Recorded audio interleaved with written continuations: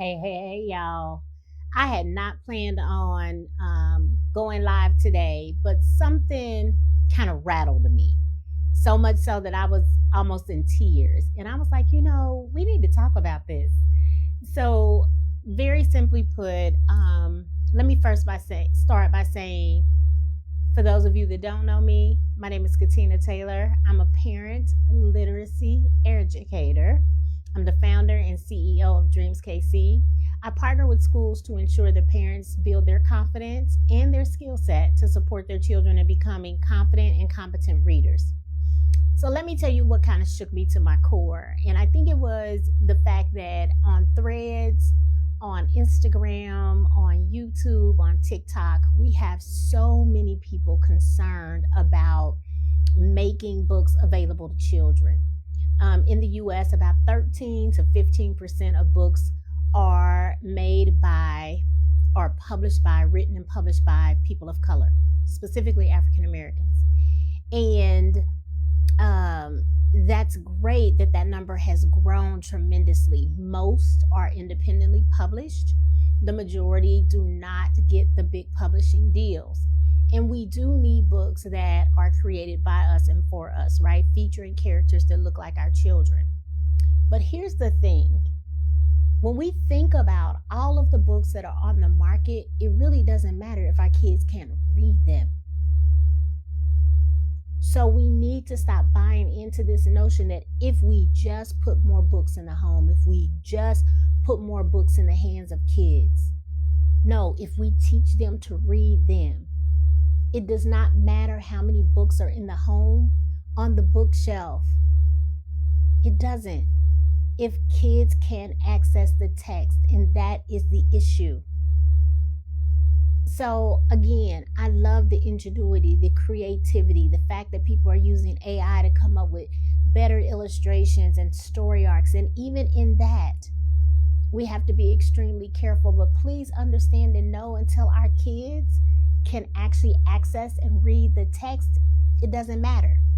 So I think we need to kind of go backwards a little bit and really think about what we're doing, why we're doing, and what we're solving for. And it reminded me in this Black History Month, y'all, that it was the same issue during the Civil Rights Movement. Remember, initially it was sit-ins at counters. We want to shop at your stores. We want to ride on your bus. Access, an entry point. But further down the road, somebody had the realization that it really didn't matter if we had access and could sit at the counter or go in the store or ride on the bus if we didn't have the economic power to buy the things we needed in the store, at the lunch counter, and ride the bus, pay the fare to ride the bus. It didn't matter that we had access. And that's the same thing with literacy. It doesn't matter if you have access, if you haven't been taught to read the book. Y'all see what I'm saying? And the reason why this came up is because this is there's an organization that is getting ready to and focuses on awards for Black books. And when I went to look at the website, I got 7 books on the market now. I'm like, let me go see, what my category might be. And initially I didn't see anything. Then later I saw educational. But when I sent them an email and asked the question, like, where do decodable books fit in?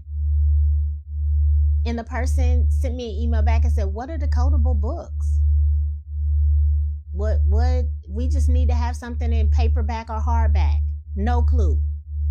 I found that to be true when I have visited some libraries. What are decodable books? When I talk to parents, what are decodable books? Here's the kicker.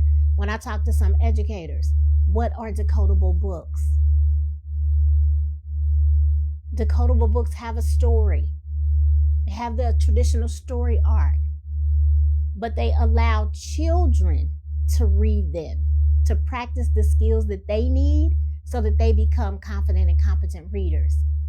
If we as parents and caregivers and teachers are the ones doing the heavy lift of reading, when do they get the practice? When do they have the opportunity to hone their own skills?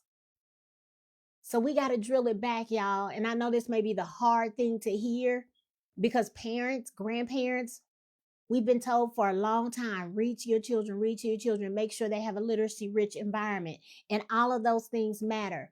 But what matters most is, are we consistently and intentionally teaching our children the skills, so when a Derek Barnes brings a new book out, when a Shane Evans brings a new book out, when a Cynthia Fales brings a new book out, or anybody else that we admire and support, our children actually can access the text and read the damn book.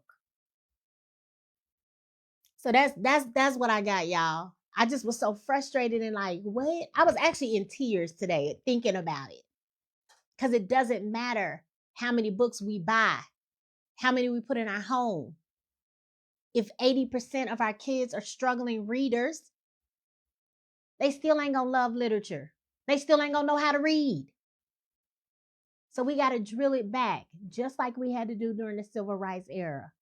It's not about going into Woolworth, sitting at the lunch counter, riding the bus. Access means nothing if we don't have the resources that we need to fully open the pages and engage with the text, y'all.